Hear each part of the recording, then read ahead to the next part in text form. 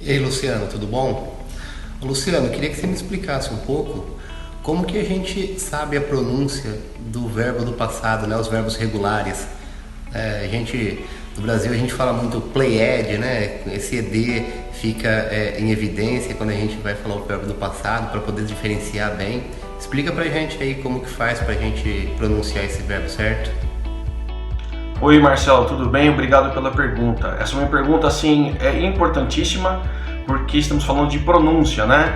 E a pronúncia é o nosso cartão de visitas em inglês, né? Às vezes a gente se preocupa demais assim com o conteúdo, com a questão gramatical, ou com a questão de vocabulário e acaba deixando de lado um pouco o conteúdo de pronúncia. E isso acaba causando uma impressão não muito legal se você não tiver com a sua pronúncia em dia. E não é nem pronúncia de palavras difíceis, são de palavras mais básicas mesmo, né? Então, o quanto antes a gente der atenção para isso, né? Focar em uma pronúncia correta, é melhor para você. Mas na questão do ED, a gente sabe que muita gente leva essa dúvida para frente, chega aos níveis avançados, às vezes até professores que têm um pouco dessa dúvida ou dificuldade em relação à pronúncia do ED.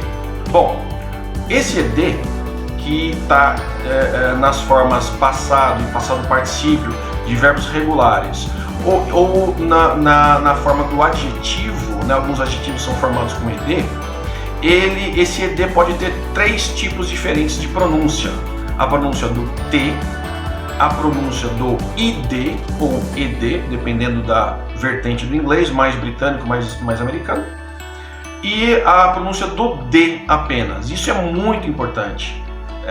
Muita gente não dá muita importância para isso, mas acaba até influenciando numa comunicação. Então vamos lá, como é que a gente faz para saber quais são os casos que eu vou colocar o som do T, o som do ID ou o som do D? Vamos começar com o som do T. Tem um jeitinho para você decorar quais são os casos em que eu utilizo a pronúncia do T. Existe uma frase criada assim que é bem esquisita, justamente para você lembrar. Então pense na frase: fica pra salsicha mais X. E não é salsicha, é salsicha. Então fica pra salsicha mais X. Para que isso? É para você saber que nessa frase a gente tem os sons que o verbo regular, os sons que eles terminam. Então o verbo termina com o som de F. Veja bem, o som, não a escrita. Então se o verbo regular terminar com o som de F, K, P, S, SH, CH e X, aquele ED que você coloca ali no final, aquele ED vai ter som de T. Então vamos fazer uma listinha aqui e depois passar para os outros, tá bom? Então vamos lá. Agora para a pronúncia do T, ou seja, quando eu coloco o ED, qual é o som que ele vai ter? O som do T. Quais são eles? É a regrinha do fica para salsicha mais X. Então todos os verbos regulares terminados em ED.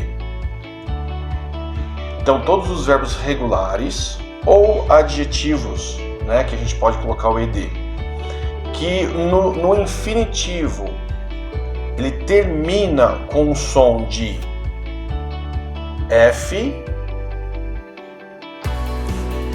Então, por exemplo, laugh, a gente escreve L-A-U-G-H, laug, mas fala laugh. Muito bem, como é que fica no passado? Eu vou colocar o ED.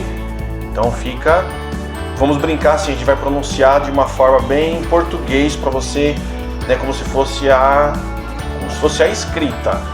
E aí a gente vai pronunciar direitinho com o ED, tá bom? Então, o laug, que se fala laugh ou laugh, eu coloco o ED, ficaria lauged, mas na verdade eu vou falar laughed. Aí agora eu vou pensar num verbo terminado, um verbo regular terminado com o som de K. Park. Então eu escrevo park, coloco o ED. Poderia falar parked, né? Mas não, eu falo parked. Então sai do K pro T. Parked. Agora terminando com o som de P. Por exemplo, stop. Stop. Coloco o ED, nesse caso aqui eu dobro, né, o P, mas coloco o ED e aí fica com o som de stoped. Não, stopped. Stopped. De P para T. Stopped. Agora terminado com o som de S. Por exemplo, pass. Então, pass ou pass, né? Se for mais britânico. Muito bem, coloquei o ED lá. Agora, como é que fica? Passed? Não.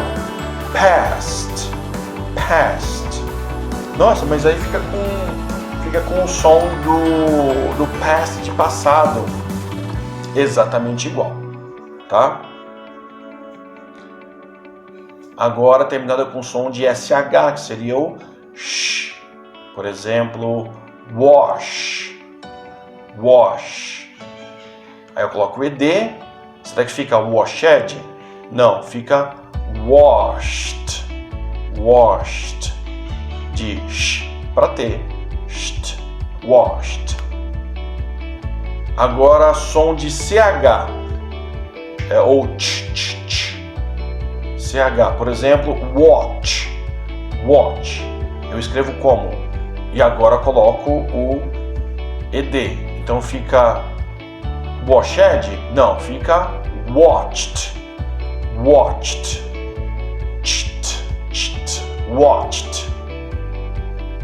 Então, por exemplo, posso falar I watched TV yesterday. Watched. E agora o som de X. Por exemplo, relax. Relax. Será que eu falo depois quando eu coloco o ED relaxed? Não. Relaxed. Relaxed. Muito bem. Aqui estão todos os casos em que você vai pronunciar com o som de T. Tá? Agora a gente vai para a pronúncia do ID ou do ED.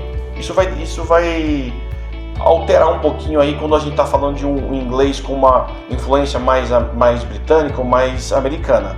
O mais britânico recebe o som do ID e o mais americano do ED. Mas nós temos só dois casos. São os verbos terminados com o som de T ou com o som de D. Por exemplo, para você decorar os exemplos, pensa assim, ó, start, quer dizer começar, né? To start, start. Aí eu vou e coloco o ED. Esse ED teria o som de ID, então eu falaria started.